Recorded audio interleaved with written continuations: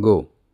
Relying on the case, it was contended by the learned counsel for the appellant that there is a presumption that parents will be able to exercise good care in the welfare of their children.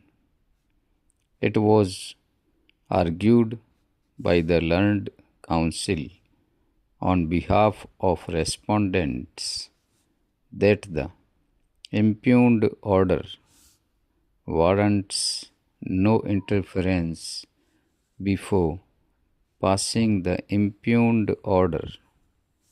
The learned judge had spent over 1 hour with the children to ascertain their preferences.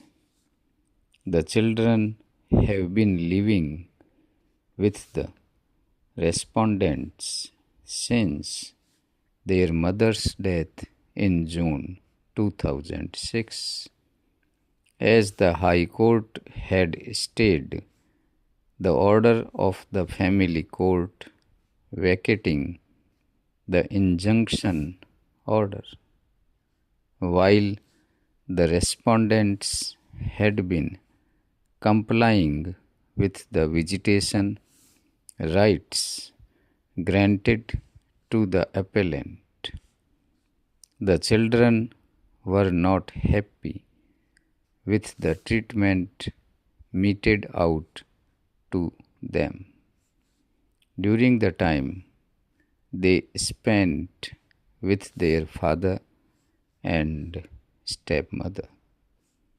In contrast, respondent number 3, contrary to the apprehensions expressed by the appellant, has stated on record that she had no intention to marry and would devote her life towards the welfare of the children.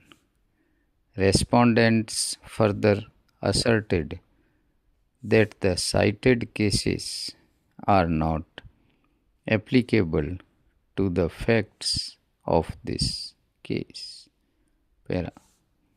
We have heard the learned counsel for both the parties and examined the impugned order of the High Court and also the orders passed by the family court.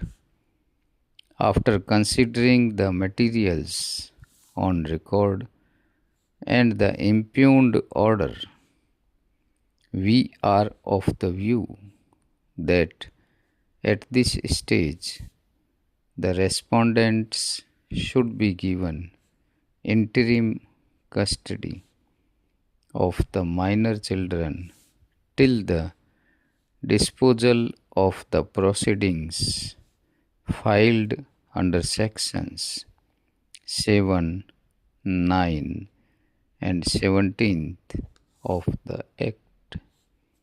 Section 12 of the Act empowers courts to make such order for the temporary custody and protection of the person or property of the minor as it thinks proper.